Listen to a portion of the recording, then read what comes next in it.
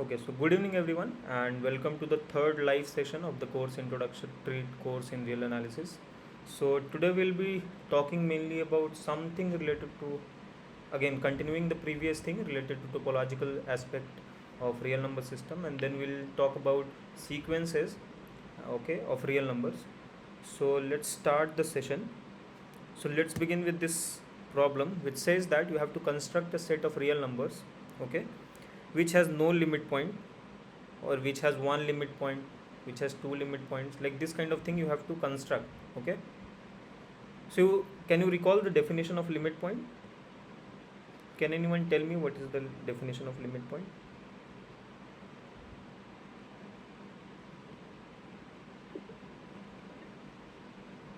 Yes.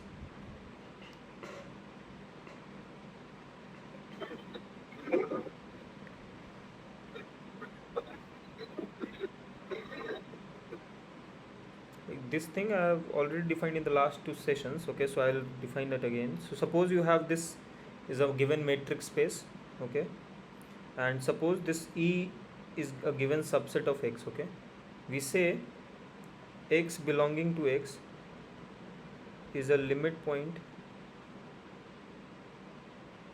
of E if you take a neighborhood of X, okay, and if you subtract X from here and then you take intersection with E, it should be non-empty, and this should be true for all neighborhoods. That means whatever R we choose, this neighborhood should satisfy this property. Okay, so any kind of neighborhood if we take of X point, and if it intersects with E other than the point X, then we say that X is a limit point of the given set E. Okay, so this is the definition. So now you have to construct a set. So let's begin with the first one, which says that there should be no limit point. So can you give an example which has no limit point? That means the limit point will be set of natural numbers. Yeah, okay, what you said is correct. Yeah, you are right. So if you take, okay, so here I should mention that X over here, X is R, and the D is the usual metric what we take, which is the Euclidean metric. So D is the usual metric. Okay, so over this, as he has mentioned, if you take X, or let me denote it by E, so E1 equal to N if you choose, or if you take any finite set, okay, so or any singleton, let's say, okay, any discrete point set if you take, if you calculate the E1 prime, this is going to be 5, right? Because you know the reason. So suppose this is one point, any point A. Now whatever neighborhood you choose for this point, it will have this neighborhood, right? This is the Euclidean neighborhood that you take minus epsilon and plus epsilon. So in this neighborhood, if you take epsilon to be very small, and suppose the next one, so suppose this is 1, okay, and the next one is 2, and then you have 3. Now if I choose my R to be very small, then the neighborhood will be this one. And now if you intersect with the E, which is the natural number in this case, or if you take this set itself, then it is not going to be, it is going to be empty if you remove 1, right? So that is why it has no limit point at all. The same thing can be said for any point, 2, 3, or whatever point comes up in natural number. Okay, now let's talk about the second one, which has one limit point. Can you tell me? 1 by n, sir. 1 by n, right? Correct, you are right. So if I take 1 by n, n belonging to n, so see, this is also a discrete set, right? But here you can see that, so suppose this is 0, this is 1. Now you know the first element is 1, the second element is half, the third element is 1 by 3, right? 1 by 3 somewhere here, 1 by 4, and then 1 by 5. So it is approaching to 0, right? Okay, and you can prove that 0 will be the limit point, and this will be because of the Archimedean property, right? Okay, so suppose this is the point 0. Let me use this color. So suppose this is the point 0. If you take any neighborhood, so 0 minus epsilon, so epsilon and minus epsilon, right? You can find a very large natural number, okay, so that 1 by n lies somewhere here. You can always do that, and this is what Archimedean property says, that if you have any epsilon greater than 0, there exists natural number n belonging to n such that 1 by n is less than epsilon. This you can always do. In fact, you will get many. So you know that 1 by n is decreasing. So you can get many such natural number. Okay. So in this case, e2 prime, you can check that 0 is a limit point. Right? This is the argument what I have given. 0 is a limit point, and this is due to the Archimedean property. So this is Archimedean property.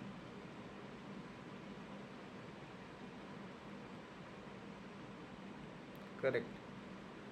Now you can check actually that there is no other limit point. So whatever if you take any point from the real line, suppose this one, any point if you choose, that is not going to be a limit point. And if you can clearly check from the picture, I mean just for a vague idea, but also you can prove it mathematically in a very precise manner that no other point on real line is going to be a limit point for this set. Okay, that is obvious. Okay, now let's come to the third one, which says that you have to find a set which has two limit points. Okay, so this set had one limit point. So can you give an example where we have two limits point?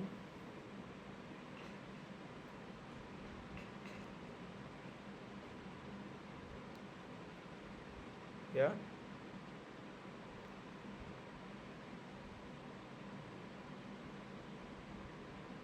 So you can do the same thing, right? So here what you did, so this set 1 by n is nothing but 0 plus 1 by n. So the limit point is 0 because 1 by n converges to 0. So what you can do is, you can take the sets. So one set we know that, okay, in this set we have one limit point. So I'll take this one, or maybe let me take another set. So 1 plus 1 by n if I take, okay, in this set we know 1 is going to be a limit point using the similar argument as this one, right? And this will have one limit point which is 0, but you take one more set which is, let's say, 2 plus 1 by n belonging to natural number. Okay, then this set e3 prime, if you calculate, it will be 1 and 2, right? So it will have two limit points. So 1 is limit point due to, I mean because of this set, and 2 is limit point because of this set, right? Correct? I mean using the same logic you can prove, because it is consisting of these elements also and this one also. Okay, so you can check by picture if you want to see. I mean it's nothing but, so this is 1, this is 2. So this set, this one contains the element 2, so this 3 by 2, and like this it is converging. The other set, which is this one, the elements are 3, so let's say this is 3, so it has 3, this is 5 by 2, and then like this one, it will converge to 2, right? So in this is the set, this is your E3, right? So in this set you can see that this 1 and 2 are going to be the limit points. Okay, now the same thing you can do it for fourth one. So fourth one asks you that it should have exactly 3 limit points. Okay, here like I should have mentioned that it is asking for exactly. Okay, so it should just have 2 limit point or 3 limit point, not more than that. Okay, so now tell me like how to construct a set which has 3 limit points. In a similar way you can proceed, right? So 1 plus 1 by n, 2 plus 1 by n, 3 plus 1 by n, like in the same way you can go. That's not an issue. So you can do it similarly, or you can just write E2 union E3. Okay, just for simplicity here. So, okay, so it will have 3 limit point, and the limit point will be E4 prime. If you calculate, it will be 0, 1, 2. Correct? Now let us come to this one, which says it should have any finite limit point. So basically, if I says you, okay, give me, I mean it should have finite. So the set of limit points should be, I mean, related to some 1 to some capital N, right? So that is the definition of finite set, that E is finite if E is related to something like this set 1, 2. I mean by relation I mean the 1-to-1 correspondence. Okay, so this one. So over here you can do the similar kind of thing. So E5, so E5 is asking you for a set which has finite limit point. So you can similarly, I mean, I will not write it properly because this you already know, the same argument would work. So you just take k plus 1 by n, where n is belonging to natural number, and k you can take 1 to some k naught maybe, right? So this is k naught. Okay, so it will have k naught number of limit points. So if you ask for the limit point, it will have 1, 2, 3 till k naught. Okay, so this is the set of limit points. Okay, now let's talk about 6.1, which says that it should have countable limit points. So you can do the same thing.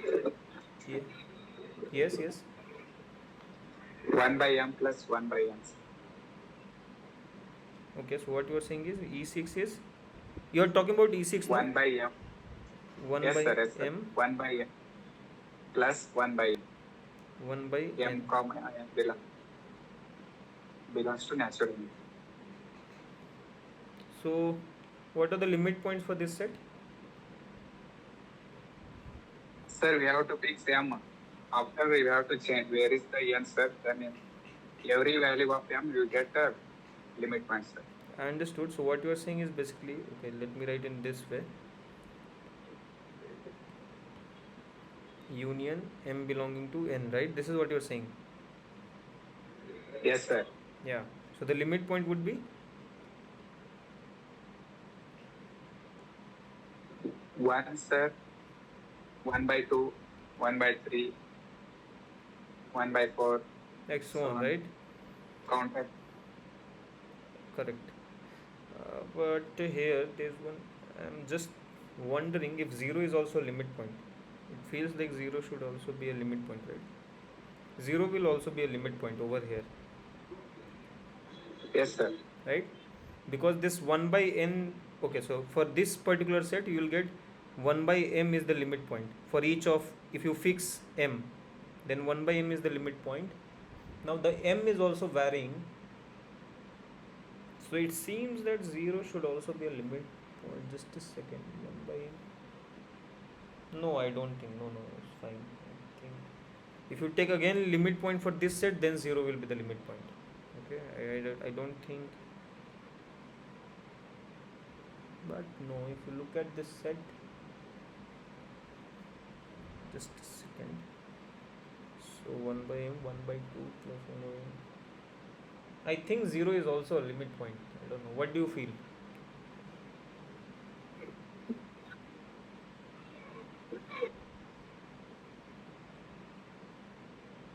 To me it seems Yes, that sir. 0 is also limit point, sir. When m and n goes to exactly, lots, so both then are it will going to 0. I don't think, like, yeah, 0, I feel 0 is also a limit point.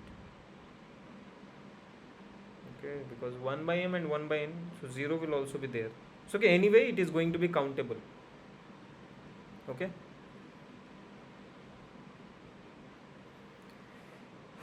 okay, now let's come to this one. So now it should have uncountable limit point. This one is easy, I guess. rational numbers, set of rational. Set of rational number. So what are the limit points of this? So what Real will be? numbers. Correct. So if I go for ESN prime, it will be the whole real number, right? And this is due to the density property. Okay. Is this examples, all the examples okay to everyone?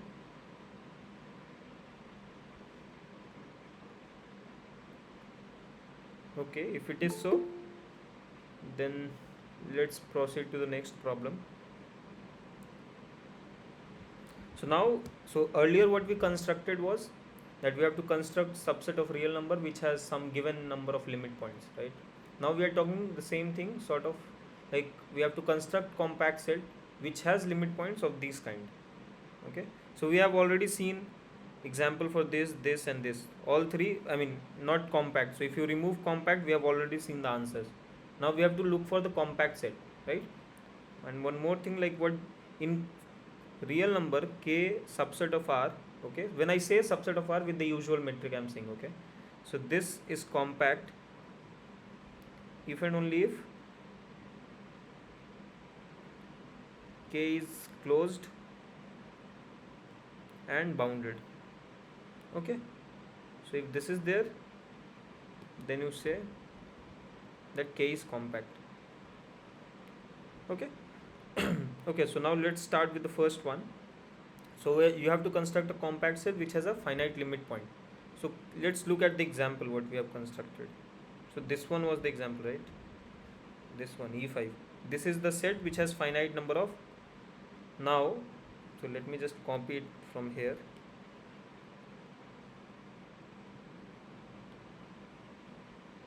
Okay, so this is the set with finite limit point. Now can you tell me, so for compactness what we need? We need it to be closed and bounded. Okay, so can you tell me whether it is bounded or not?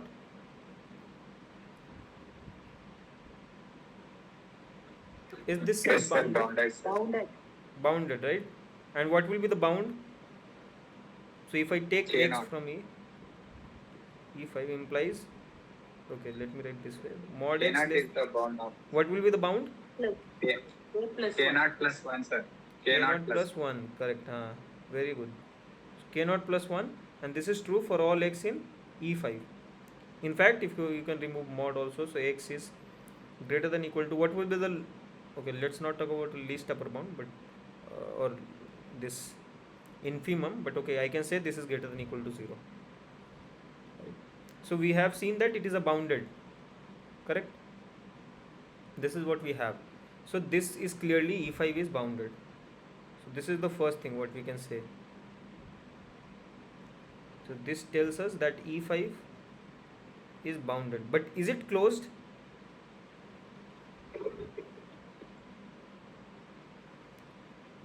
What do you say? Is it closed? No. No, sir. No. Okay, so if I just a second.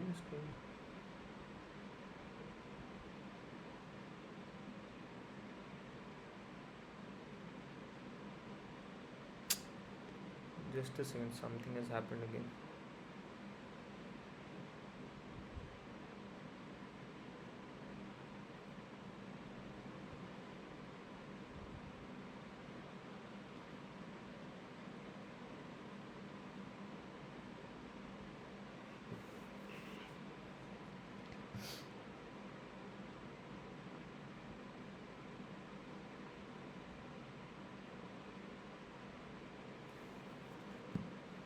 You can't see my screen, no?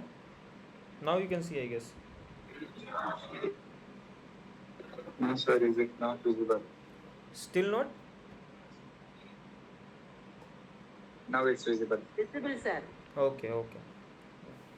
Okay, so now I'm asking you a question. Suppose I give you a set, okay, which is not closed. So can you make closed it by doing something to it? Yes, sir. What should we do? Union of all limit points, sir. Correct. Okay, so that means you just take closure. Okay, so I'll just give. So suppose I give you a set E. E is not closed. Okay. That means, what does that mean? That the limit point E prime is not subset of E. Okay, this is what it says. Right. So now, if I define a new set E bar, which is the closure, which is E union E prime. Okay.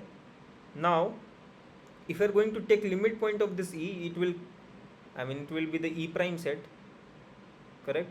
And the E prime is itself a closed set. Like you already see this theorem, right? You have already seen this theorem that the closure of any set is closed,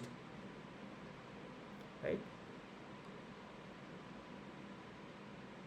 Yes, you have seen this theorem. Yes, sir. Yeah. So what we are doing, if E is not closed, taking closure is basically including all the limit point which is not present in while you take when you consider this E. Now this E closure, okay, this set E, if you take prime, it is sitting here, and this also it is sitting there. If you take the prime of this E closure, if for any set E, E closure is a closed set.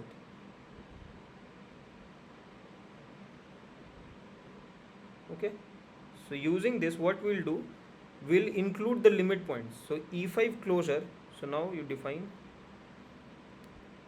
okay, I should not write E, so E bar, what is E bar? E bar will be union k equal to 1 to k naught, okay, and if you want you can define it as F, okay, so F equal to E bar. This will be the set, this one, k plus 1 by n, the same set, but, and it will contain the limit point as well, and which are given by 1, 2 till k naught. So we have included the limit points. Now this set is closed, okay, just because we are including all the limit points. So this is a closed set, so F is a closed set, okay. So this is the first property, F is a closed set. The second one is it has finite limit points.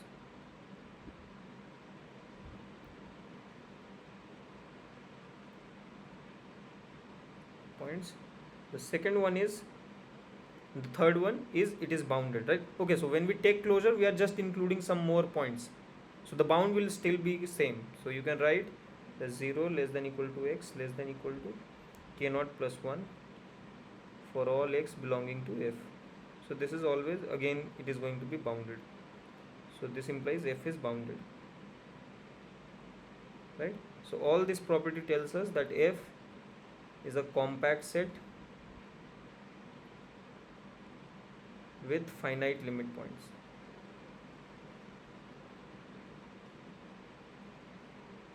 Okay. Sir, 0 does not belong to this set, sir. E closure. No, 0 will not be there, right? How can 0 be the limit point of this set? This is not true. Yes, sir. That's why you have to write bounded definition. 0 is less than or equal to x. Okay, so 1 is see, less than or okay, equal to I x. understood. So what I, so this is just a bound. I am not saying that this is going to be the infimum. So when you Sir, say, it means bound. Okay. Bounded means, sir, it is infimum as well as the supremum, sir. no, Means the compact set. Compact set. correct. So if the set what we are talking about, if it is a compact set, then we know that the supremum and infimum always exist. That is true. So, but what Yes, I'm sir. saying, to prove something is bounded, we just have to say that okay, it has some upper bound and it has some lower bound. That's all, right? I got, okay, so I understood what you are saying. So you want, sir, okay, I should write here 1, right? This is what you are saying. Yes, sir, because it's close set, that's why I'm saying. No, it's fine. What you are saying is correct. But what I'm saying, when you write this is also true. So I can remove this 1 from here. Yes, sir. Yes, sir. Okay. So I'm saying, to show it is bounded, you don't have to worry whether you are finding the perfect bound or not. You just have to find some bound within which all the elements are there. Okay. So what you are saying is perfectly true. So okay, if you want, I will put 1 here. In fact, here also you don't need 0. You can just write 1 here itself. Here also it is true, but I just wrote it just casually. That's it. Okay. If you want, you can put 1 here also. Okay, so now let us go to the second one, which says that the limit point should be countably infinite, and we have chosen this example, right? Which was this one.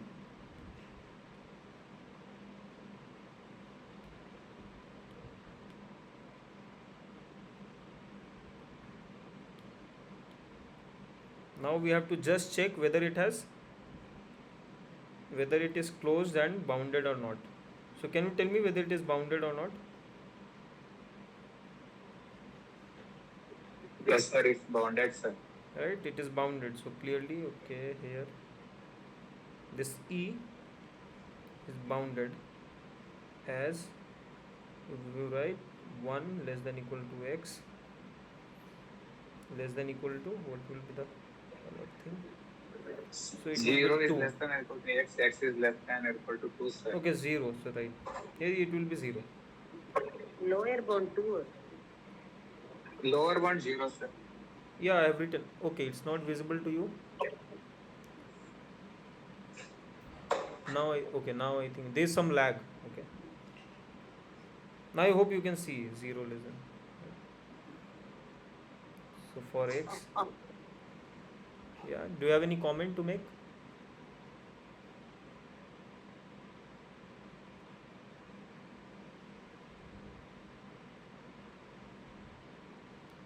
Okay.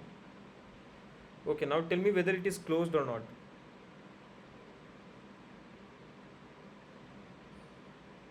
No, sir. Not closed. So we'll just take E closure.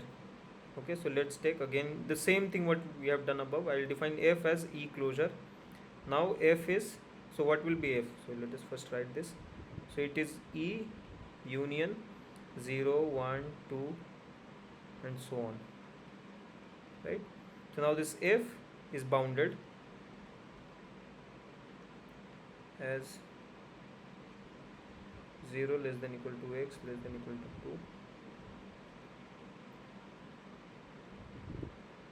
2, and F is closed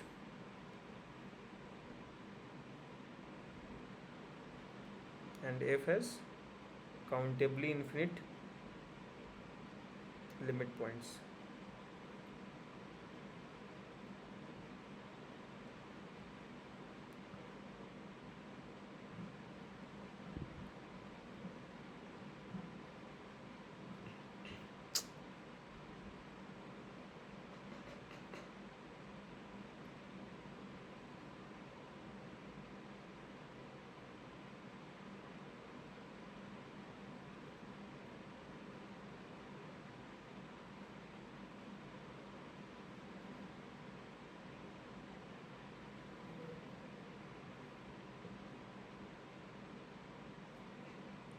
Can you hear me now? No, sir. Now it's visible. Okay, now it's visible also. Yeah.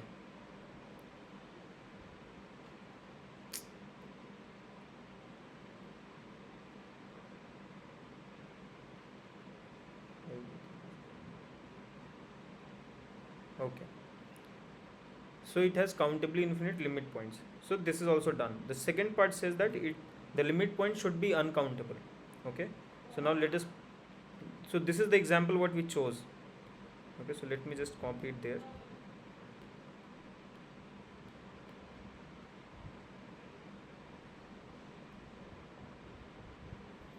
So see what we chose was this rationals, right? Do you think it is bounded? I mean, we know rational is No, not sir. bounded. It's not bounded. So there is no hope that we can make it compact, correct? So what else we can do? So do you know some obvious example? Can you tell me? So this is clearly not going to help us here. So can you tell me some other example which would be helpful?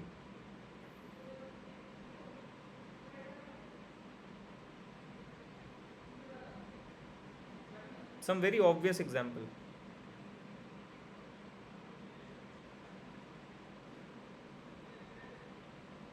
Okay, what about if I take, so what, okay, so do you know any, so what I mentioned here that closed, compact means closed and bounded. Okay, can you tell me some obvious example of closed set? Closed interval 0, 1. Closed interval, right? So if I take any closed interval AB where A, B belongs to R and A is less than B, okay, then we know that this is closed, this is bounded, correct? So this is compact set, compact. And can you tell me what is the limit point of this E prime? What will be E prime? Closed interval A, B. So which is uncountable, right?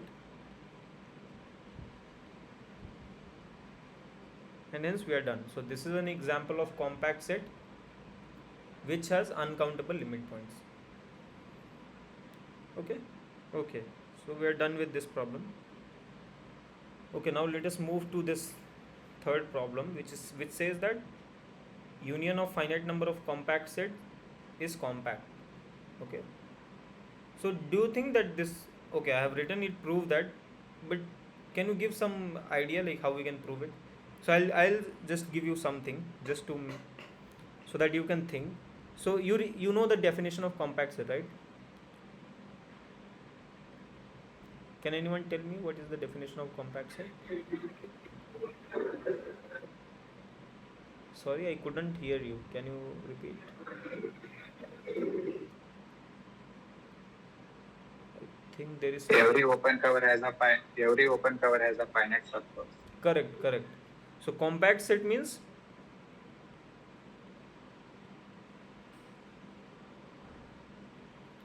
so E is said to be compact. So this is for general metric space. Okay, so E is subset of X.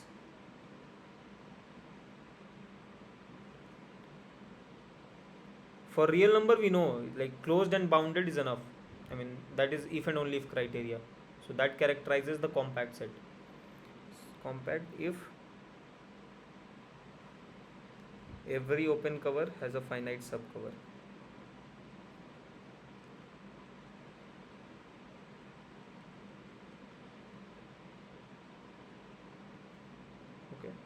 Okay, so suppose, so just to start the proof, so let S1, S2, Sn be compact sets.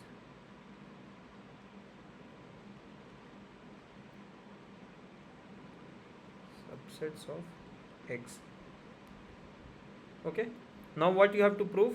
So to show S, which is the union of this Si, I equals 1 to n, is compact.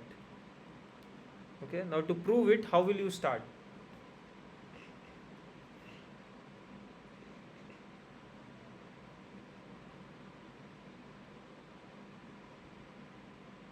What should we do? If you look at the definition, what is the thing, what step we have to follow?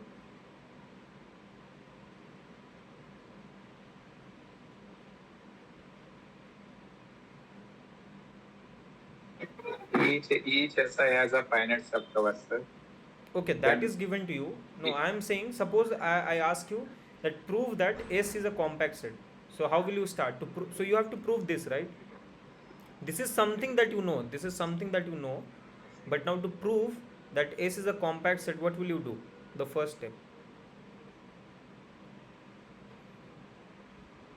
It has an open cover. No. So the question is that we have to start from any cover.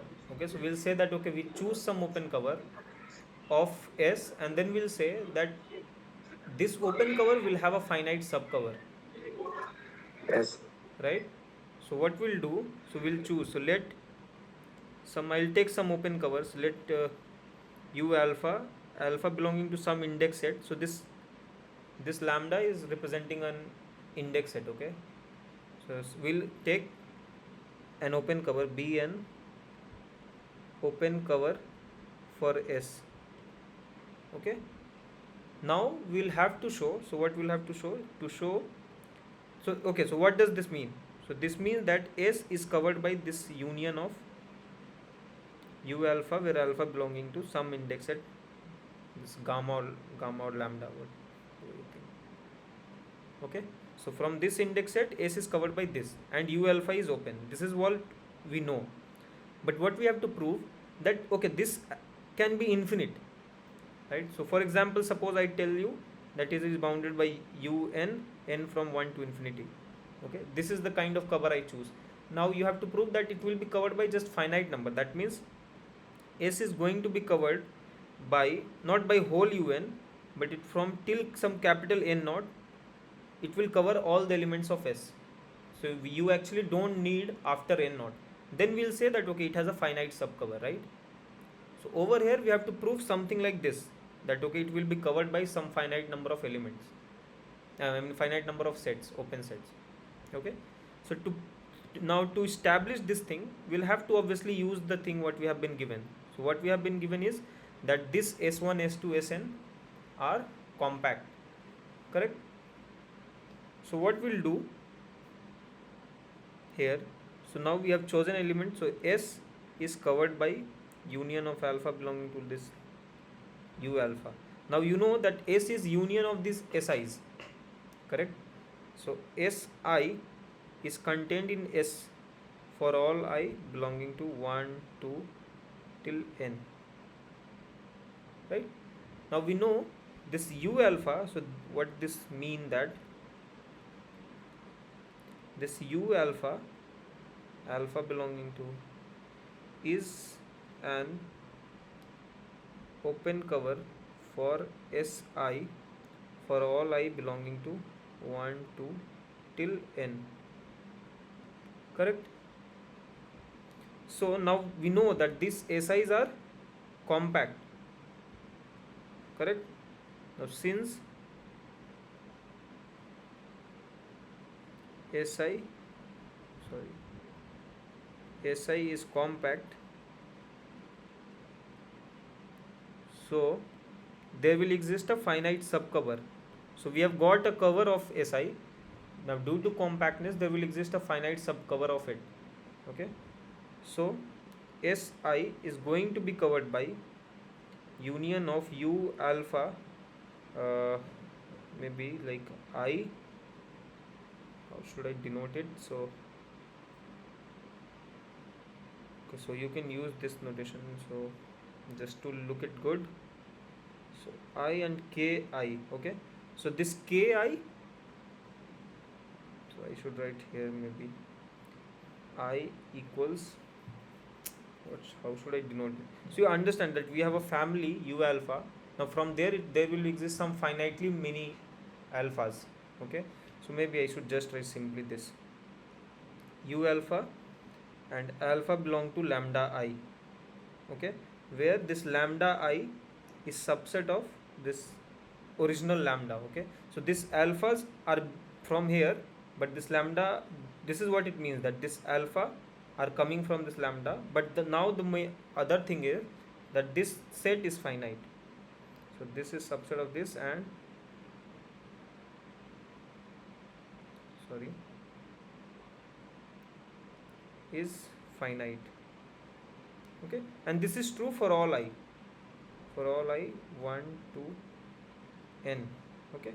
So now S, which is union of this Si, I from 1 to k naught, right? What? I to n, and this, you know, this is covered by, so I'll write I from 1 to n, and this is alpha belongs to lambda I, and this is U alpha,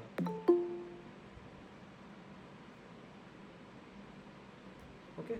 So this is U alpha. Now you know that these, so over here this lambda I is finite set, lambda I is finite subset of lambda. This implies that lambda, which is union of this lambda I,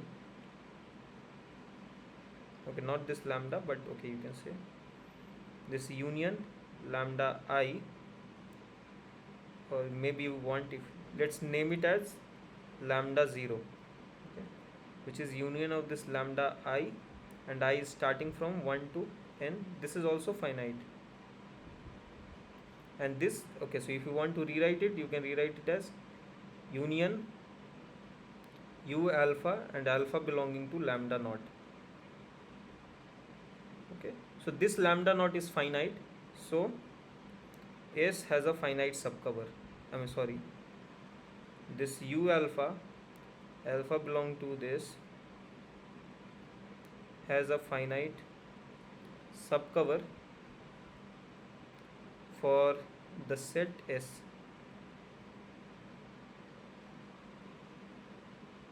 So this proves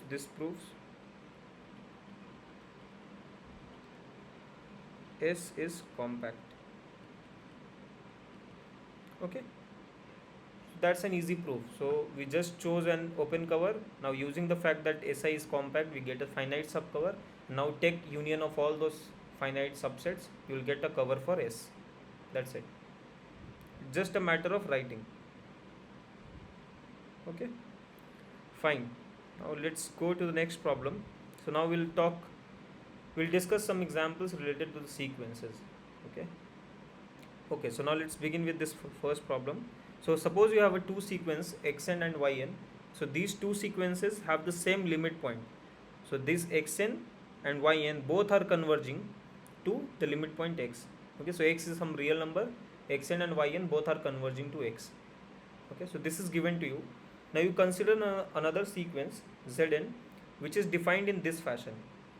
So first x1, then y1, x2, y2, x3, y3. This is how you define z1, z2, z3, z4. Okay, so this is another sequence where you are switching between xi's and yi's. So they are in alternating manner. Okay, now the question is that this zn is going to converge to the same limit point, which is x. Okay.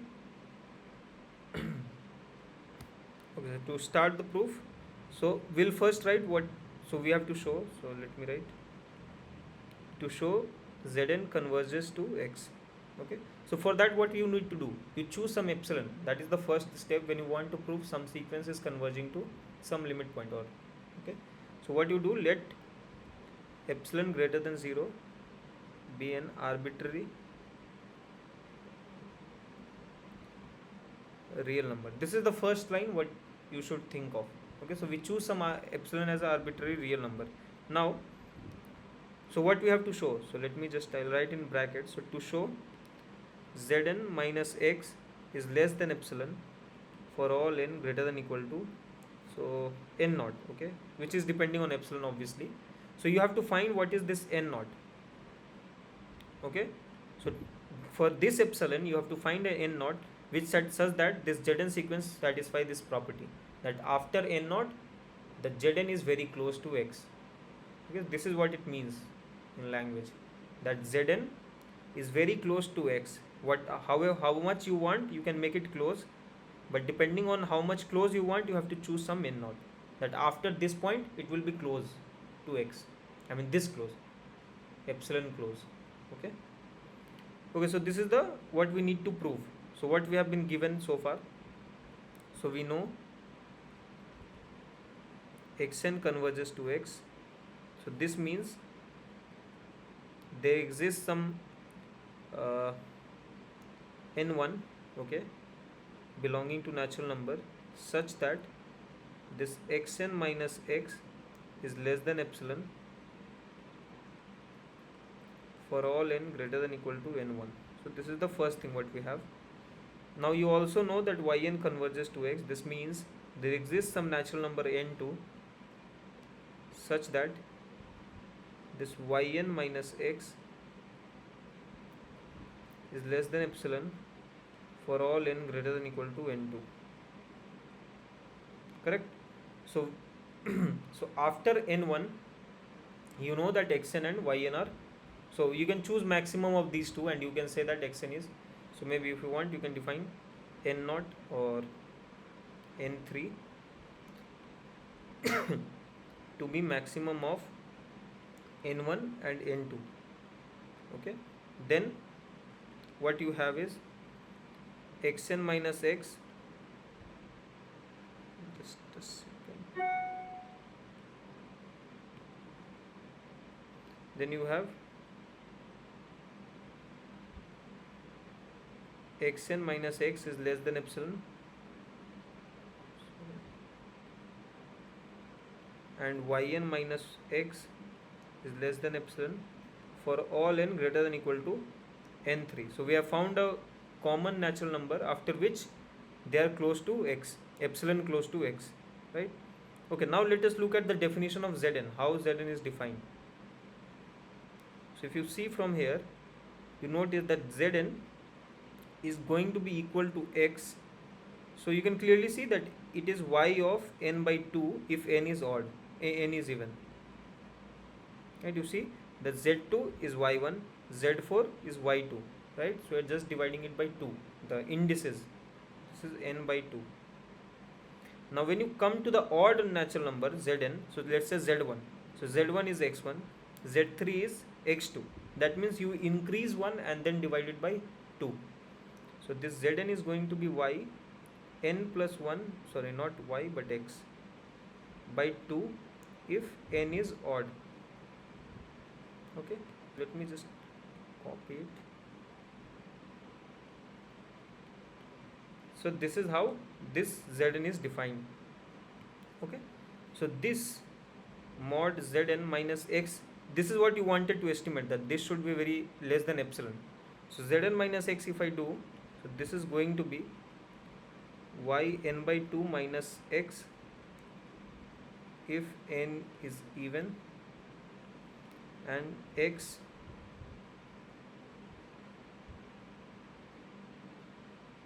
this is n plus 1 by 2 minus x if n is odd. And you know that these two are, so first one you know this is less than epsilon if n by 2 is greater than n3, right, from here. So let me say this is star. So you know this is if n is less than, this is n3, n by 2. About the second one you know that it is less than epsilon if this indices, this index n plus 1 by 2 is greater than equal to n3, right? So I am just breaking it to make it simpler. Now what does this mean? This means that n is greater than equal to 2n3, and this means that n is greater than 2n3 minus 1, and which is again greater than equal to 2n3. Sorry, this is less than. Okay, so this is what we have got. So now this you can, so as a common thing you can write, if you want to combine this, you can say that after n, so let me write it combiningly. So Zn minus x is less than epsilon if n is greater than equal to 2n3, right? Because this is the least one, so it is saying that if you 2n3 minus 1, this is 2n3. It is saying that this Zn minus x is less than epsilon if you go from after this point, and this is saying if you go after this point. So it's better to take the maximum one, right? So this will be closed if n is greater than equal to 2n by 3, and this is your n naught. So this is your n naught for which we were looking, right? Right, so this was our goal, that Zn minus x is less than epsilon if n is greater than equal to n naught. So we have got n naught, right? So this proves Zn is converging to x, since epsilon is chosen arbitrary, since epsilon was arbitrary real number. Yes.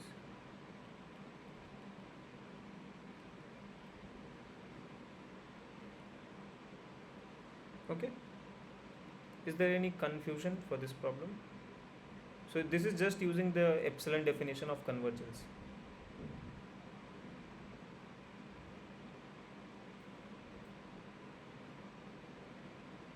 Is it okay?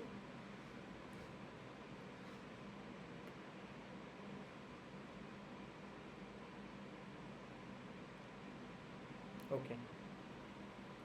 Now let us come to the next problem, which says that suppose you have a sequence xn which is converging to 0, okay, and you have another sequence which is bounded. Then you have to prove that the product of these two sequences is also convergent, and the limit point is going to be 0. Okay, this is the first part, A. So xn converges to 0 and yn is bounded, then xn yn is also converging to 0. Okay, this is what we have to prove.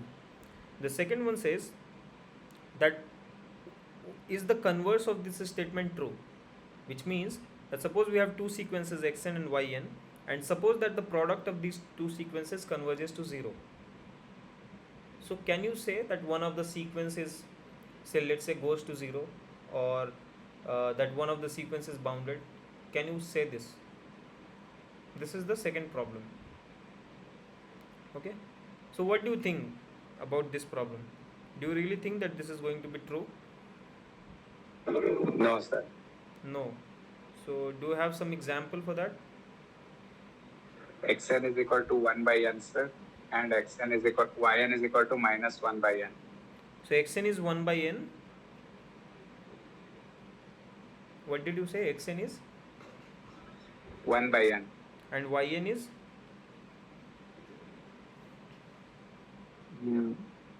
1 plus 1 by n.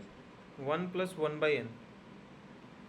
Then okay, so See, but this xn is going to 0, right? Yes, sir. Yes, sir. But you are saying it's not going to be true. Sir, That can is. you repeat the question? I can't understand question. Oh, okay. So I am saying, suppose you have two sequences xn and yn, such that the the product of these two sequences goes to 0. So you have xn yn such that xn yn converges to 0. Now the question is, can you say that xn or yn is bounded, or xn and yn converges to 0?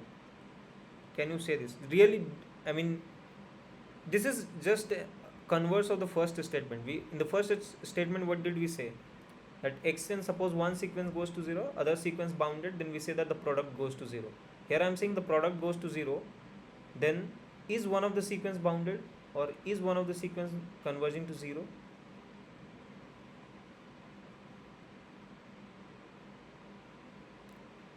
Now what is your guess? What do you think? Sir, xn is equal to. Hello, sir. Xn is equal to N, sir. n, okay. Yn is equal to 1 by n square. 1 by n square. But again, 1 by n square, when you say, it goes to 0. This is bounded. But 1 is not. Okay, sir. But it is not bounded. Yn is bounded. Like, Xn, yes, sir. I'm saying one of the sequence But should be bounded, or one of the sequence should converge to 0. See here, what you have, you just have that one sequence goes to 0 and one sequence is bounded, right? one sequence is unbounded, sir. Over here, one sequence is And it unbounded, that is true, but you have that one sequence is going to 0. Okay, my question is that Yes. none of the sequence is bounded, basically. Okay, so let me frame it in this way. Then so give me an example. Okay, so let me write in this way. Give an example of xn and yn such that xn yn are unbounded and does not converge to 0, but xn yn converge to 0. This is the question. Okay, so maybe I should write in this way. I mean the B question.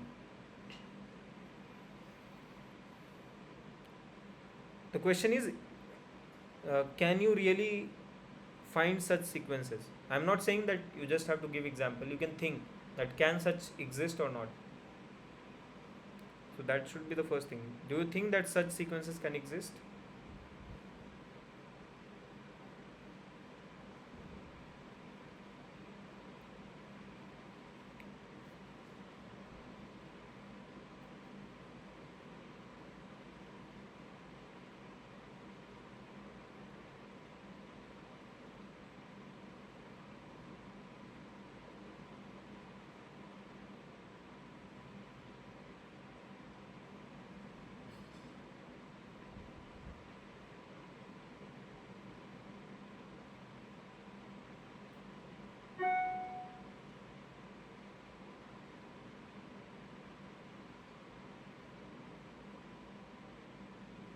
Okay, so let's first start with the first problem. Okay, so can you give me a proof of the first part?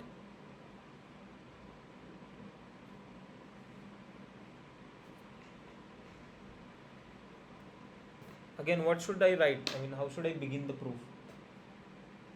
So I have to show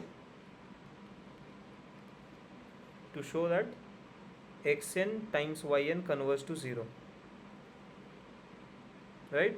So in terms of epsilon, what will be that? So first thing should be, let epsilon greater than 0 be an arbitrary real number, correct? Now what you have to show is that xn yn minus 0, which is mod xn yn, this is less than epsilon for n greater than equal to some n naught. Right? You have to find this n naught, you have to find this n naught such that this product xn yn is very small or less than epsilon. Okay. So now we have to prove this. So to prove this, let us first look at what we have been given. So we have been given that xn is very small. So given, we have been given two things, that xn converges to 0 and yn is bounded. See, xn converges to 0 means it is going to be very small, right? So you can make it as small as you want. That is the meaning of saying xn goes to 0. So it is very close to 0. Okay. The second thing is that yn is bounded. Yn is bounded. That means it will have some maximum value, right? It cannot go beyond that. So if some has some maximum thing and the other one is going to 0, then obviously if you do the product, it will eventually go to 0, right? That is the common sense. From that we can guess. Okay, so how to write it mathematically is this one. So yn, so let me first write yn is bounded, then what will happen? So what is the meaning of saying that yn is bounded? So this means mod yn is less than equal to some capital M. There exists some M. There exists M greater than 0 such that this mod of yn is less than equal to M for all n, right? This is the meaning of yn to be bounded. The second one is saying that xn converges to 0, right? So this means so I can make it as small as I want. So what I will do, for epsilon minus m greater than 0, so this is my, let's say, epsilon tilde.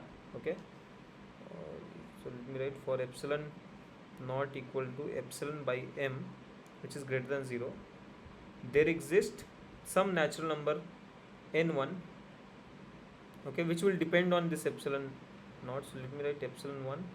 So n1, which is depending on epsilon 1, such that this mod of xn minus 0 is less than epsilon 1 for all n greater than equal to this n1, right? This is the definition of convergent. In other words, that is mod xn is less than equal to epsilon by m for all n greater than equal to n1. Okay, now you have to prove that xn yn goes to 0. So if you take xn yn minus 0, this is going to be mod xn times mod yn. Now you know that mod xn is less than this epsilon by m. This is true for all n greater than equal to n1, and yn is less than m for all natural number. So in particular for all n greater than equal to n1. So let me write it here.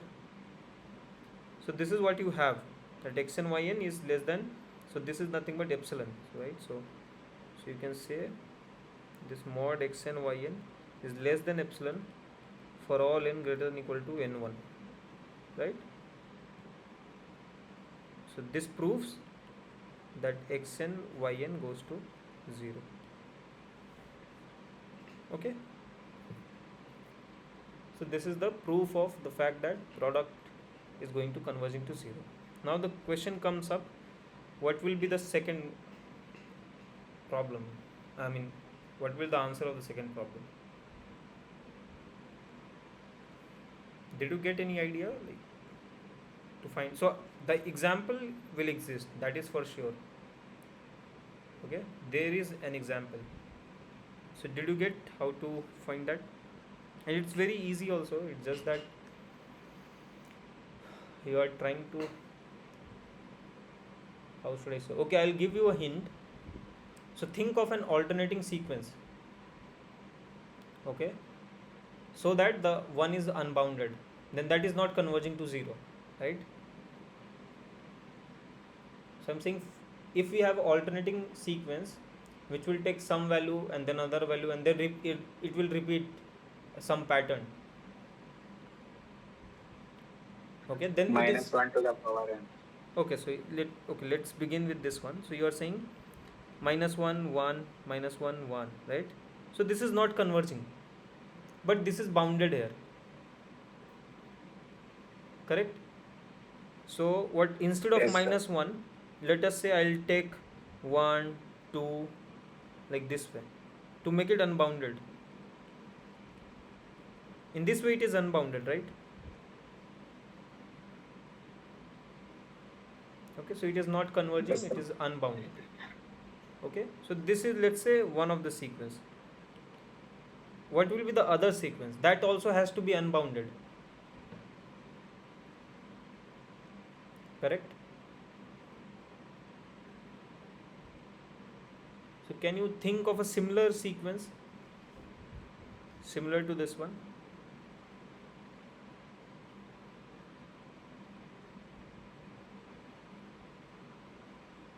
Okay, so let me say if I write 1, so 1 1 2 1 3 1 4, this is also unbounded, correct? Both are unbounded, both are not converging to 0, but the product is also not converging, right? The product is also, so if you do product x and y, and what you are getting, 1 1 2 2 3 3 4 4 and so on, right? So it is also not converging to 0, but this is not what we want. We want that the product should converge to 0. What changes do you think one can make to make it, to make all the elements 0? Is it possible to make all the elements 0? No, sir. No. No, sir. So suppose if I remove this one, so I have taken what I have taken. I have taken an increasing sequence, and one is the constant sequence, right? This 1 1 1. What if I make it 0?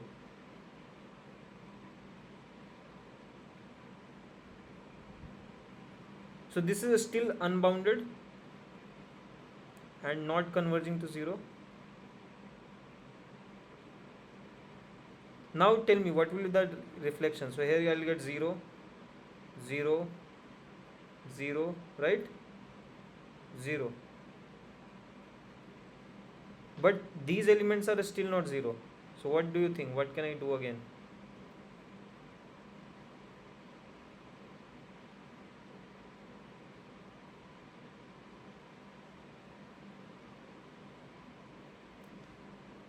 So suppose if I do make here also 1 to be 0. Now tell me what will be the product. So here again you will get 0, right?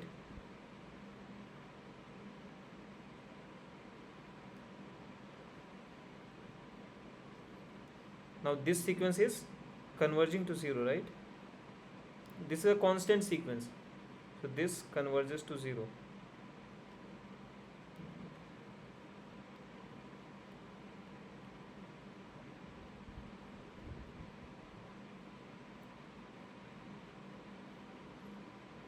Did you get?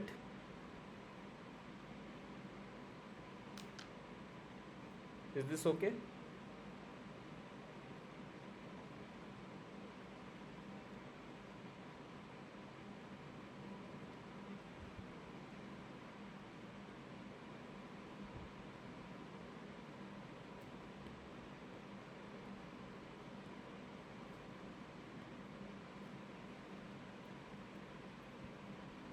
This is fine, no? Yes, sir. Okay. Okay, so that's about the previous one. So what it says, that the converse of this statement is not true. Like, it's not true that if you have some product of two sequences which is going to 0, then you cannot say that one of the sequence will converge to 0 for sure. Okay, that you cannot guarantee that one has to be bounded or one has to go to 0. That you cannot guarantee. Okay, because we have seen examples like this. Okay, now let's come to the next problem, which is that you have to find the limit point of the set 1 by n sine 1 by n. Okay, so this is a set. Yes, sir. Yeah, so So do you have an answer 0 of is the this? limit. 0 is the limit point, right? So see here the answer is quite easy. So 1 by n and sine 1 by n. See, this is bounded. So let's use the previous problem, the fifth one. Okay. So we know that this is bounded. So anyway, it can take maximum value 1. That's it. Right. And this we know this is decreasing and this is converging to 0. To 0. So we know that this converges to 0. That means if you want to, let's say, draw on this real line, so we know that let's put n equal to 1, then I'll get 1 times sine 1. What is the value of sine 1? It is obviously less than 1 somewhere, so this is sine 1, so this is my x1. Okay, so I am saying that let's enumerate this as xn, n from 1 to infinity, because we know this is a countable set, so this is how we can do. Now second one would be half of sine half. Okay, again it will be lying somewhere in between, so I don't know where exactly it will lie, but somewhere 1 by 2 sine half. Okay, now the sine of value will fluctuate, but it cannot go beyond 1, and you are multiplying something which is less than 1, so it is, or equal to 1, so it is obviously going to lie in this region, and we know that these points are eventually converging to 0, right? This is the points of S, right? So xn is converging to 0, so 0 will be the limit point, right? Again by the same Archimedean kind of property, that if you take any neighborhood, you will find some xn here, right, in this neighborhood, which is not 0. Okay, so clearly, so I'll not write the proper argument, but you can see that 0, so clearly 0 is a limit point of S. Okay. Okay, now let's go to the next problem, which is this one. So suppose you have a convergence sequence such that this, each of the element of the sequence is non-negative. Okay, xn is greater than equal to 0, correct? And you know that the limit point, okay, so it is converging, so let's say it is converging to some a real number x. Now you have to prove that this x is also greater than equal to 0.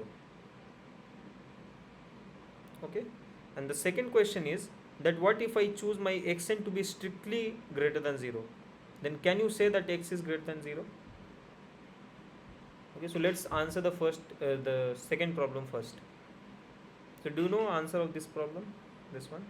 Can you tell me?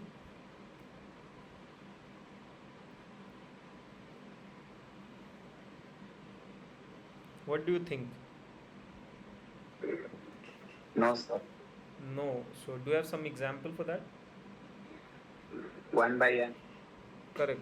So clearly if you choose xn as 1 by n, we know that it is strictly greater than 0, but we know that xn converges to 0.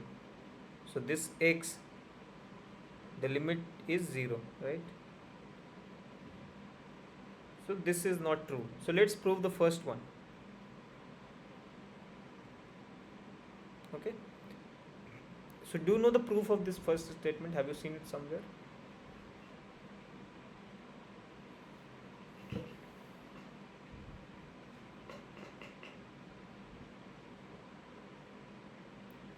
Okay, so like the proof will be like using contradictory argument. So what we'll do, so I'll just give a sketch and then maybe I will write mathematically. So see, suppose that the limit, so suppose this is 0 and this is the positive real line and this is negative. Okay, so suppose that x is, so you have to prove that x is greater than or equal to 0. So I'll assume that, okay, let us assume that x is less than 0. So x is lying somewhere here, sorry. Suppose x is lying somewhere here. Okay, less than 0 means it will lie somewhere on the left side. Okay, now the question is that if it is lying here, then what does that mean? That means if I take any neighborhood of this point, limit point x, right? So this is what it means, that xn minus x is less than epsilon, right? For some large n, for n greater than equal to n naught. That means xn is less than x plus epsilon and x minus epsilon, right? So xn is going to lie between x minus epsilon and x plus epsilon for large n.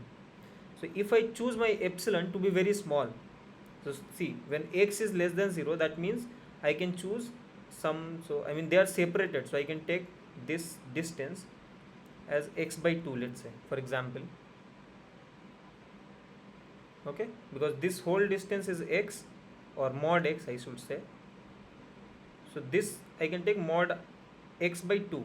So in this neighborhood, you see, you know that xn is going to be here because it is converging to x, right? But then this will tell you that xn is negative, but the assumption what you have is that xn is greater than equal to 0.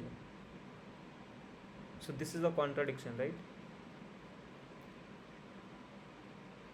Did you get the proof?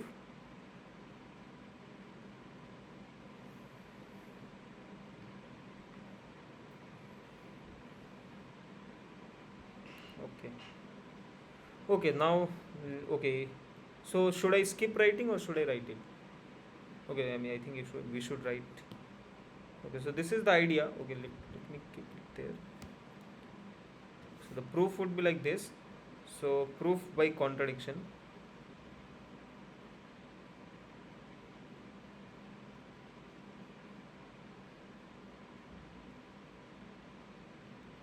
Okay.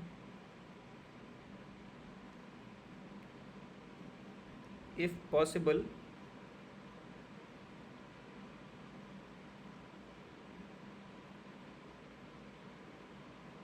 let x be strictly less than 0. Okay, then for I'm saying this would be my epsilon to be minus x by 2.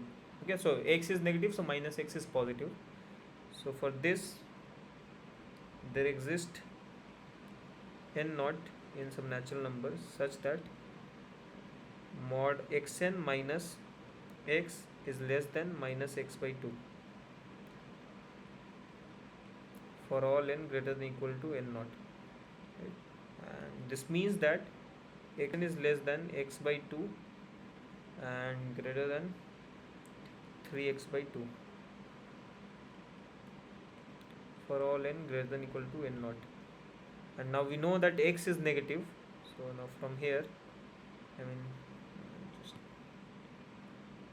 now we know that x is strictly less than 0, so this is less than 0. So this tells us that xn is less than 0 for all n greater than equal to n naught, and this is a contradiction, right? So this is a contradiction.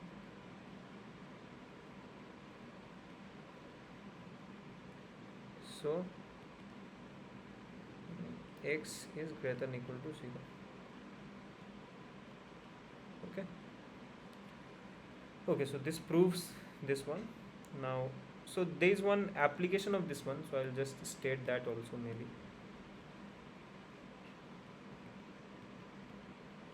Okay, similarly, so I should give a remark maybe.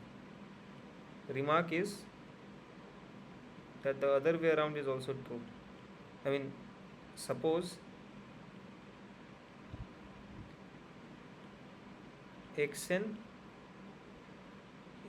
is suppose the sequence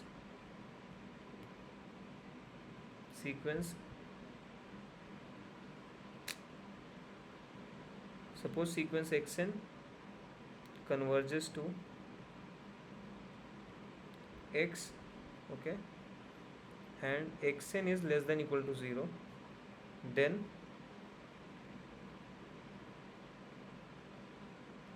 x is less than equal to 0. And this you can prove just by the previous one, because you can take minus xn. Okay, so you can define yn to be minus xn. You know this is greater than equal to 0, so y, which is minus x, I mean the limit, so yn converges to y, this is greater than equal to 0, so this proves it. So this would imply that x is less than equal to 0. Okay, that is one proof. Or you can just similarly, you can do the similar kind of argument to prove this. Okay, so anyway, so this is one statement. Again here also, like, you don't even if xn is less than 0, you cannot say that the limit is going to be less than 0. So the same thing. The other one is that suppose you have two sequences. Suppose sequences xn and yn converge to x and y respectively.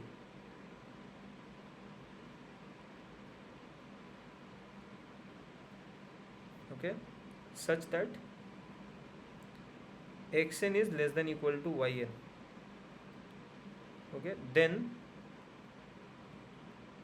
you have x is less than equal to y, and again the proof uses the same thing. So here what you can do is, you know that yn minus xn is greater than equal to 0. So this sequence yn minus xn converges to y minus x. So y minus x is greater than equal to 0. Okay, and this proves that y is greater than equal to x. And again the similar thing, that if xn is less than 0, strictly less than yn, then you cannot say that the limit is also going to be strictly less than the other one, right? So you can have an example. So you can take xn to be, let's say, 1 by n square. Okay, so you can remove 1. Okay, so n starting from 2, so n belonging to, so let me write both the sequences. xn is this and yn is 1 by n, where n belong to 2, 3, 4 and so on. Now you know that xn is always less than yn, right? It is strictly, but xn comma yn converges to 0, right? So the limits are actually equal. Okay, so there were few things which is just same to the previous one. Okay. Now let's come to some example. So we have done a bit of theory. Now let's come to some example. So here we have been given these sequences A, B and C. Like this is the way of representing the sequence, where nth term is given in this way. So you have to prove that these sequences are convergent and is converging to some limit. Okay, so you have to find the limit points. Okay, over here. Okay, if you say limit point, so basically when I say it's find the limit point, means that you have to find the limit point of this set. Okay, so that is equivalent to saying that finding limit point of the sequence. So that means that you have to find limit point of this set. Okay, so let's begin with the first one. Okay, so xn is given to be 2n by factorial n. So do you have any guesses, like what do you think? Is it converging? And if it is so, what would be the limit? Any guesses for this one? It's 0, sir. It is converging to 0, right? And why so? Yes, sir. Just a vague reason. Because numerator is smaller than the denominator.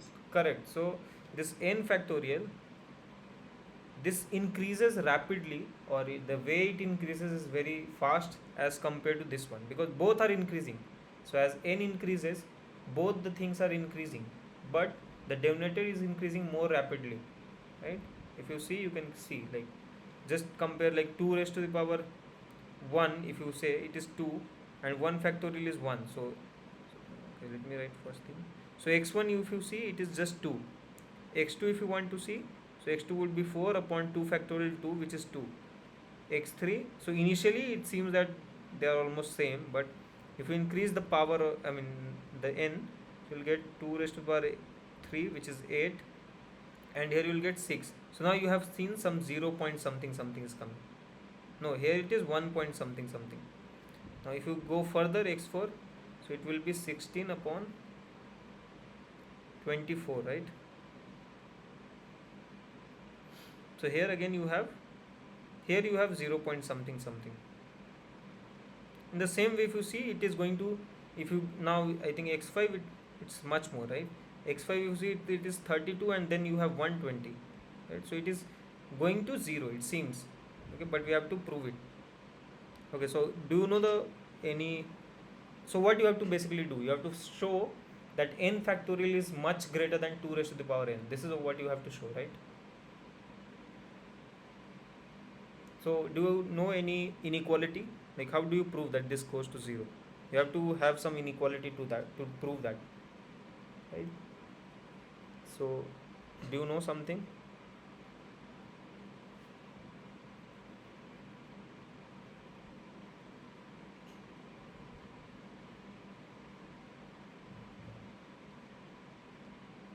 Okay, so maybe I should write. So see, n factorial by definition, what is it? So it is 1 times 2 times 3 times 4 times like this till n, right? Now, over here we have to compare with 2 raised to the power n, right? So what you can do is, I'll say this is, let's say 1, 2, this is 3, okay, and 4, I know that 4 is greater than 3. Here it will be 5, it is greater than 3. So everything is greater than 3, okay, but this is true. So let me choose n greater than equal to 3, okay. After that I can do this stuff, right? Now over here you see how many 3 are there. So total here we had n element, right? Over here I had 1 2 3, like n element was there. I have left these two, so now they are n minus 2. So this is equal to 3 raised to the power n minus 2, correct? So this n factorial is greater than equal to 2 times 3 raised to the power n minus 2 for n greater than equal to 3. Now I can substitute it here, right? So xn, which is 2 raised to the power n upon factorial n, is less than equal to 2 raised to the power n upon 2 times 3 raised to the power n minus 2. Now from here 1 2 will cancel, so I'll get, so what I'll get is 2 raised to the power n minus 1 upon 3 raised to the power n minus 2, which is 2 times 2 by 3 n minus 1, sorry, n minus 2, right? So this is true for all n greater than equal to 3, right? Now I guess you can understand. So we have 0 less than equal to xn less than equal to 2 times 2 by 3 n minus 2 for all n greater than equal to 3, right? Now can you tell me, like, from here, is it okay?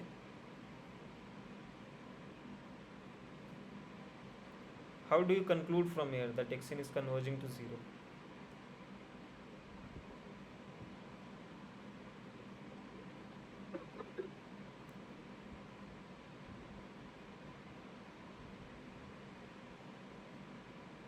From here it's obvious, no?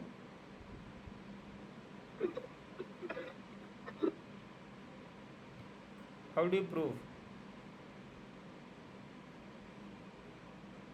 Tell me about this one. Do you think that this converges to 0? Yes, sir. Why so? Because the value lies between 0 and 1. The power is larger, then it will converge to 0. Correct. So this 2 by 3 is strictly less than 1, right? So as you increase the power, and obviously it is positive, so as you increase the power it is going to decrease, right? So r raised to the power n converges to 0 if mod r is less than 1, right? Or maybe I should write, yeah, true, if mod r is less than 1, right? This is what we have. So this converges to 0 as n goes to infinity, right?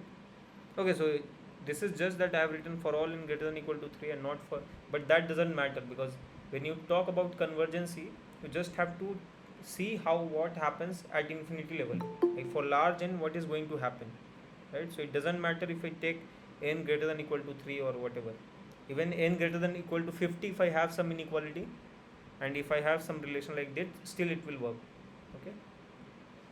So now we know that this thing is converging to 0. So what is the theorem which says that? Do you remember the name of? I couldn't hear you. What did you say? Sandwich theorem. Right. So by sandwich or squeeze theorem,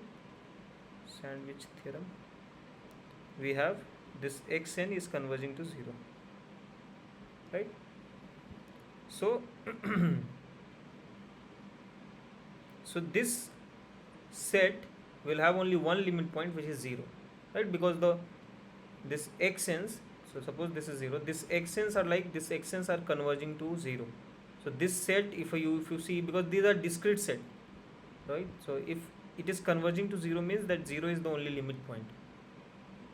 Okay, so the answer would be, so 0 is the only limit point.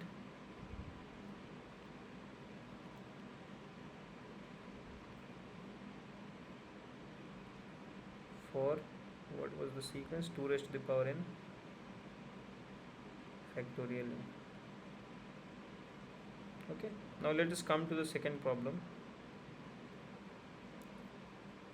It is xn yn is equal to 2 raised to the power n plus 3 raised to the power n upon 1 by n. What do you think here?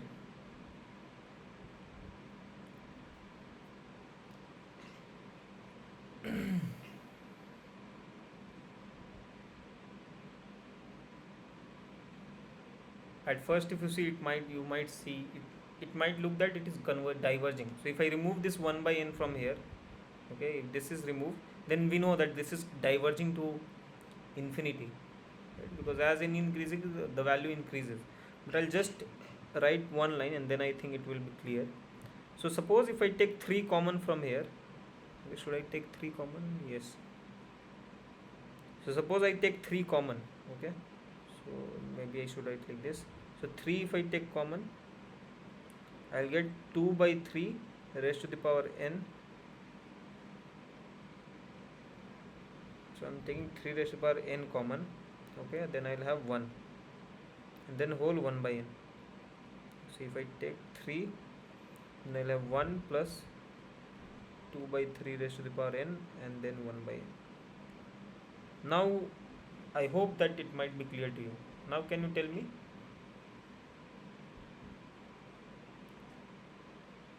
what do you think?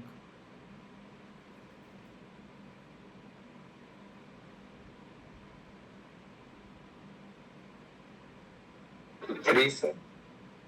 So because this whole thing is converging to 1, right? 1. So this is converging to 0. That is obvious. Now let's prove that how it is converging to 1. Can you tell me how it is converging to 1? It's easy only. So this whole thing is converging to 3. Okay. Now tell me how this is true. 2 by 3 to the power n goes to 0. Correct.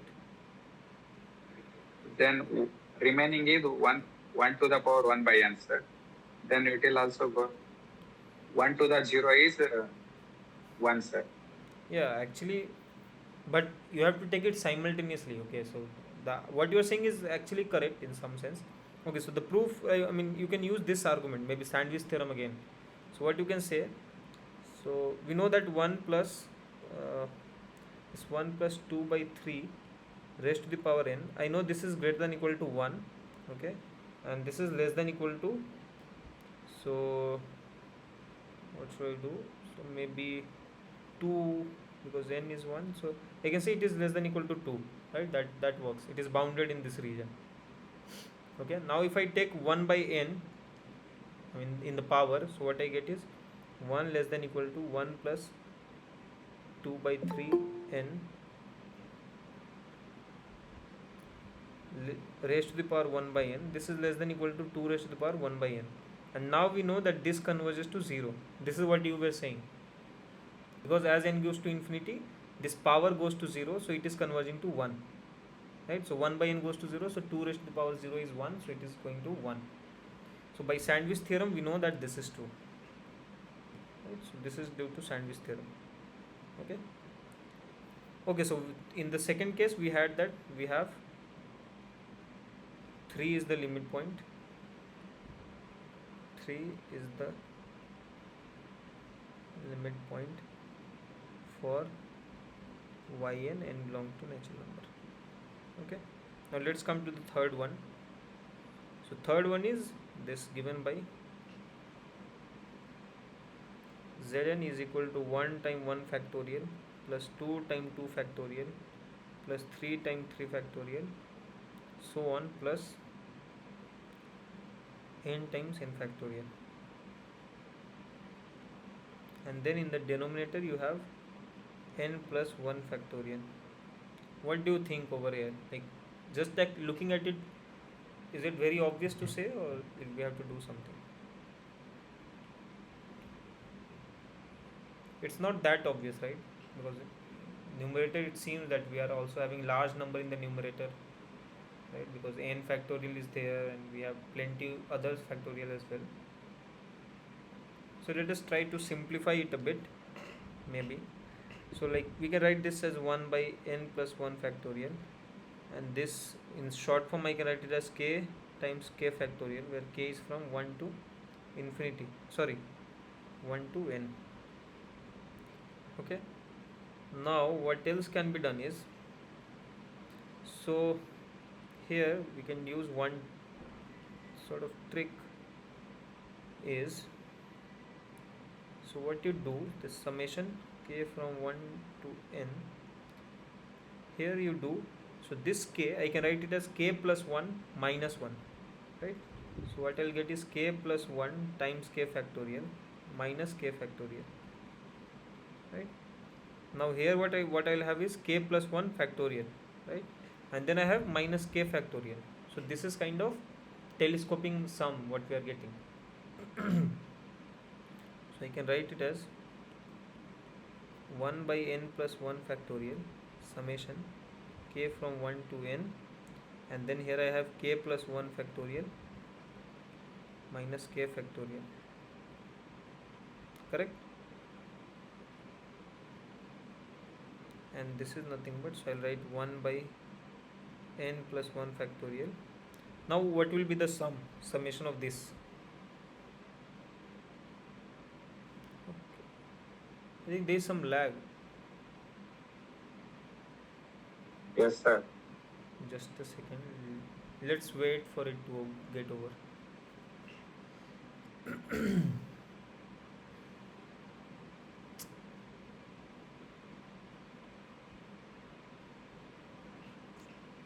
What?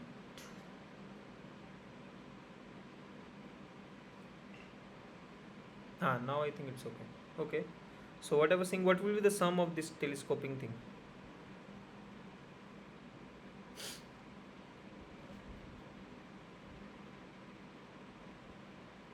So there will be a cancellation, right? Term by term. So suppose, so here if I write, so if I put k equal to 1, so I'll get 2 factorial minus 1 factorial. Then the other one would be 3 factorial minus 2 factorial, and so on. At last I'll get n plus 1 factorial minus n factorial. So there is a cancellation, this, and with the previous one. So ultimately I'll get this cancellation, right? Sorry, not this one. N plus 1 factorial will be there. This n factorial will be cancelled. So ultimately I'll have n plus 1 factorial minus 1 factorial.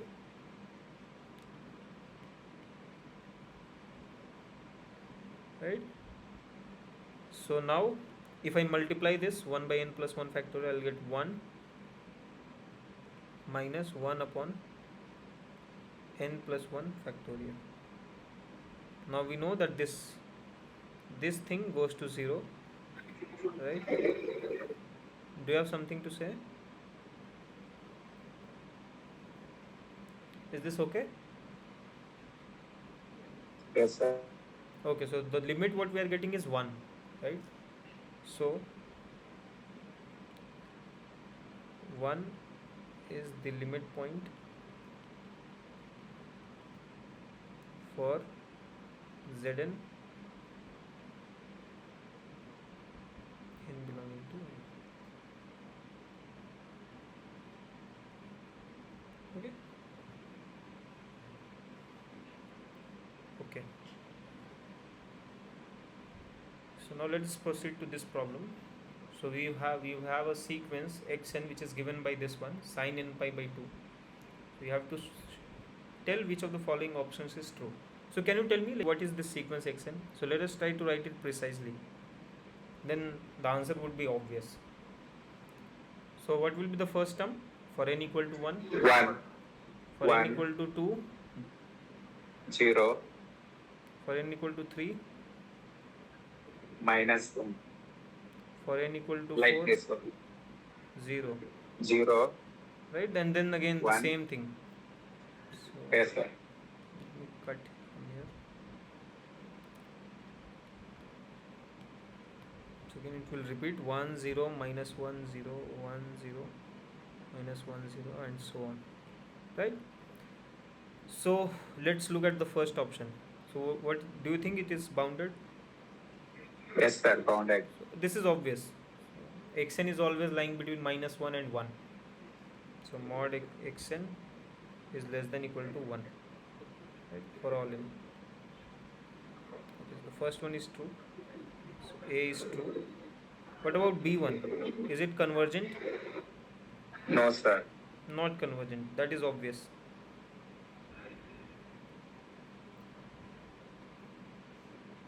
What about the third one? Is it is x2n is divergent? So what is No, x2n? sir. What is x2n? First tell me. 0, 0 sequence only. 0 sequence, right? So this is converging to 0. So not divergent. Okay, so this is also wrong. This is okay. So let me. Okay, what about d1? So d1 says that x2n minus 1 is convergent. Is it so? No. What is No, x2n sir. minus 1? 1 minus 1, 1. Like this. Right, so you have 1 minus 1, 1 minus 1 and so on. So this is oscillating. So again this is not convergent. So not convergent. Okay. So this is wrong. This is wrong. This is wrong. What about the last one? Wrong, sir. Wrong. Why so? 0 is also limit point, sir. Okay, that is true, but the question is, I mean, the option says that -1, 1 are the limit points. It's not saying that these are the only limit point, Okay, sir. right? So Then it is true. then it is true. So although the limit point, so let us write the limit points of xn are 0, -1 and 1. What you said is absolutely correct. Okay, so this is anyway, this is also correct. Okay. Okay, so this, if when we write this clearly, I mean precisely, the answer are very obvious in this example. Okay, now let's come to this problem. So the final problem for today. So we have a sequence where x1 is 1 and xn plus 1 is given by this one.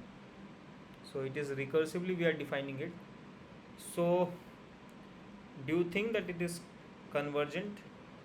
So you have to prove, I mean you have to check the convergency of the sequence, whether the sequence is convergent or not.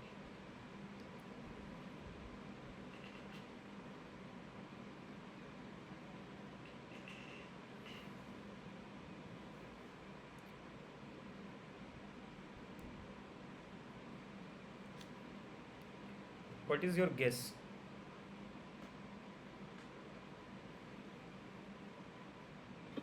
It's convergent. This is convergent, is it?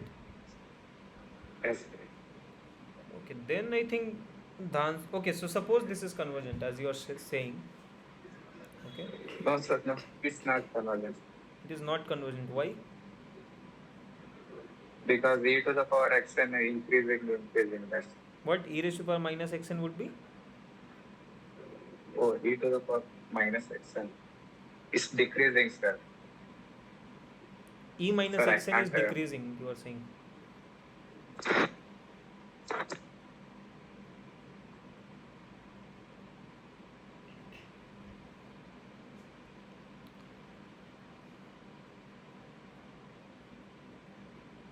Okay, let me change the question. I think then it would be more interesting. Okay. Convergency proving is obvious. I mean, you can directly check. Okay. So suppose let's say it is convergent. Okay. That is the best way to check. Suppose it is convergent, then it is converging to, let's say, some x, right? So if I take limit here, then I'll get x is equal to x plus e raised to the power minus x, right? Then this will give me e minus x is 0. Can this ever happen?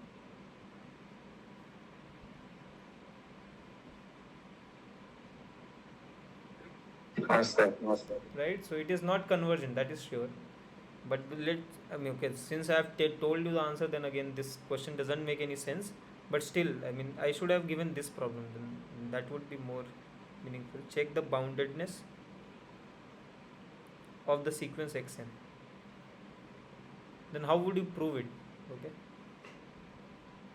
Okay, so I mean, I have told you that, okay, you, if you assume xn to be convergent, so you know this thing, right? Let me just write that statement.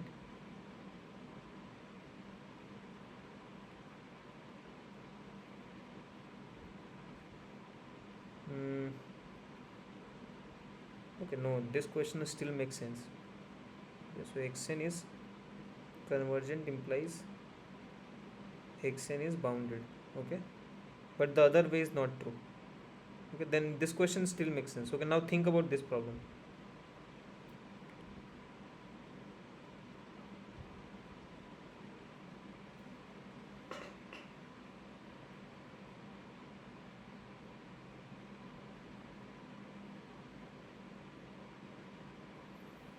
Xn is bounded.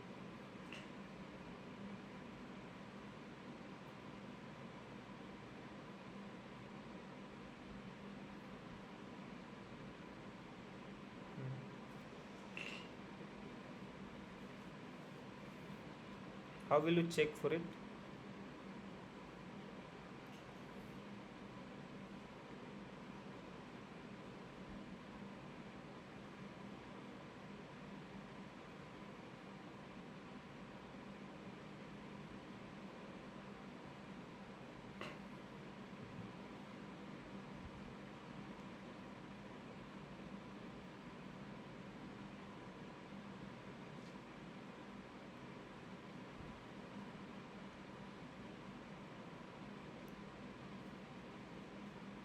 Let me not draw this.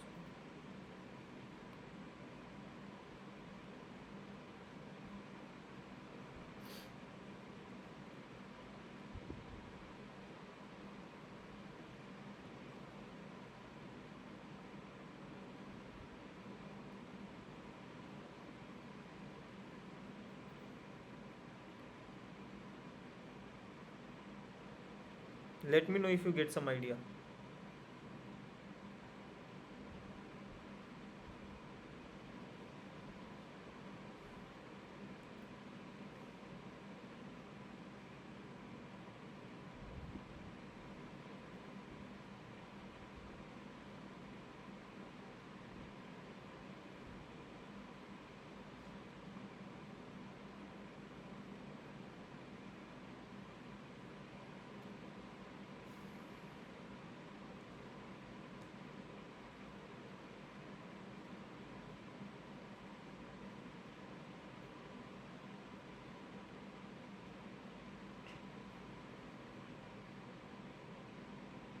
Would you like to share something? Did you get something? Any idea if you have? Okay, so how you are trying to prove it is bounded?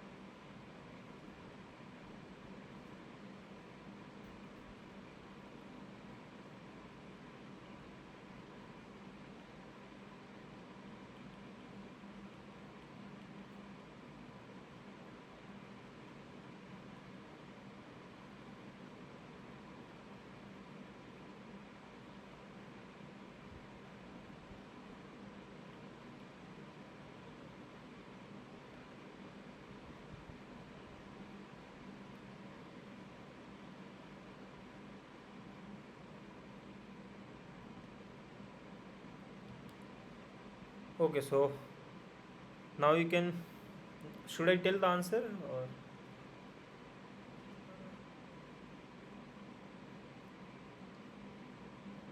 It's not bounded, sir. So how can you prove that it's not bounded? Because it converts e to the power minus x is equal to 0, sir. You have to already. No, no, but that is about the convergent thing, right?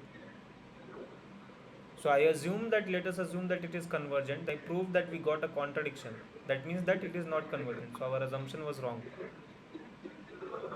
So have you seen this theorem? Okay, I should mention this theorem. I mean, using this theorem, this is very immediate.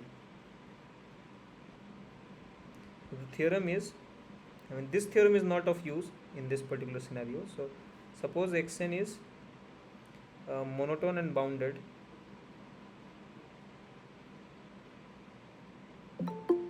Bounded,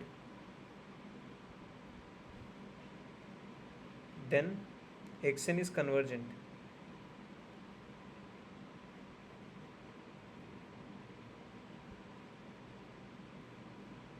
Or let me write this one, just increasing monotone, xn is monotonically increasing and bounded above, then xn is convergent. Have you seen something like this? Yes, sir. So now can you prove this? So you have already shown that this is not convergent. Okay, so see, now I think you will answer, you will be able to answer it. Now think. It is not convergent, but it is monotonically increasing, sir. It is monotonically increasing, right? Correct. Yes, sir. So But that's the not answer. bounded. Yeah.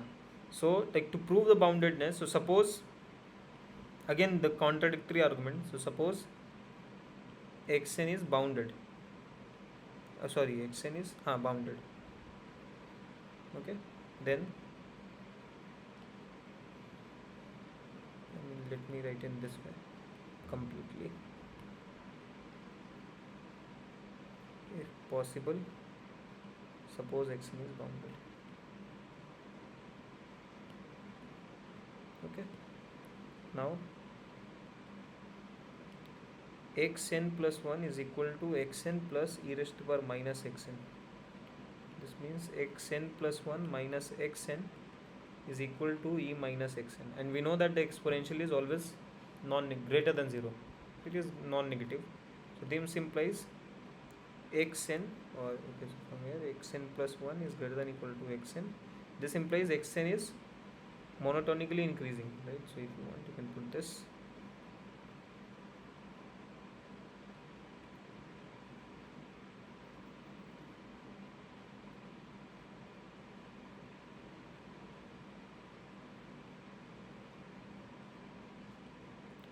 Sequence, right?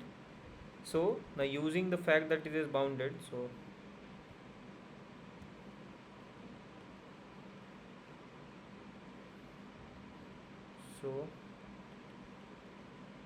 xn must be convergent, convergence sequence, using 1 and 2.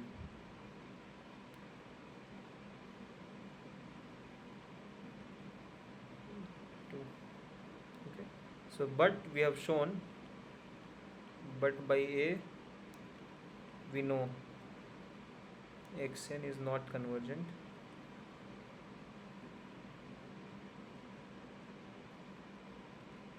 and therefore xn is not bounded. And this is a contradiction.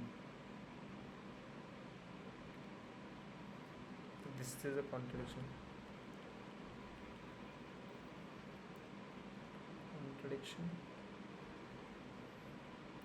So xn is unbounded.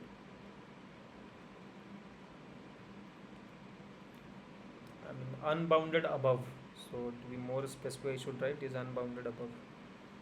Okay, so the question should be like bounded above or not, because it is clearly bounded below, right? So it's not bounded. That's it. or unbounded is also fine, although it is bounded below, because xn is it seems that the elements would be positive, you can clearly see. So x1 is positive, right? So from here you can clearly see that x2, what will be x2? X2 would be 1 plus e raised to the power minus 1, right? So x1 is positive, so x2 is, so this is always positive, right?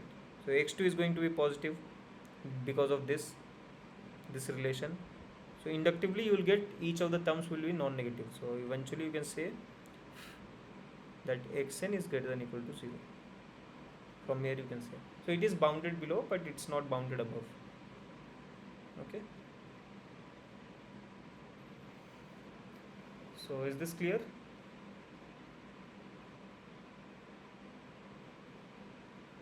Okay, so we are not going to use this theorem, so I don't think it is not useful here.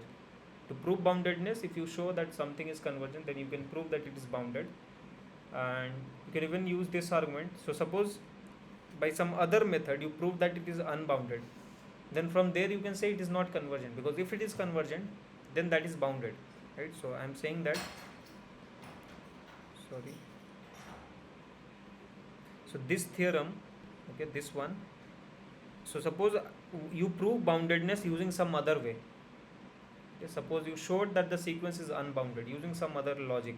So here we are using the convergence to prove that the sequence is not bounded, but you can suppose you prove by some other means that it is unbounded. Okay, then you can prove the convergence using that fact, because you have this theorem, right? So in that way that theorem is useful. Okay, so this maybe I'll just delete it. Okay, so this could have been useful, but over here it's not. So see, whenever you have this kind of recursive sequence, so what you do, you just assume that it, just to find the limit, assume that it is convergent, then you will get the limit answer. So I mean from there you can even say that whether it is convergent or not. But when you have to prove that this is convergent, you will have to use some reasoning. It's not that if you assume, so finding limit is easy. Assuming that it is convergent, just put x instead of xn's, you will get the limit value. But that does not prove that it is converging to that thing. You have to prove it by hand, I mean using some theorems and all. Okay, so okay, so that's it for today. So do you have some doubts from any of the problem discussed, or some other doubts if you have?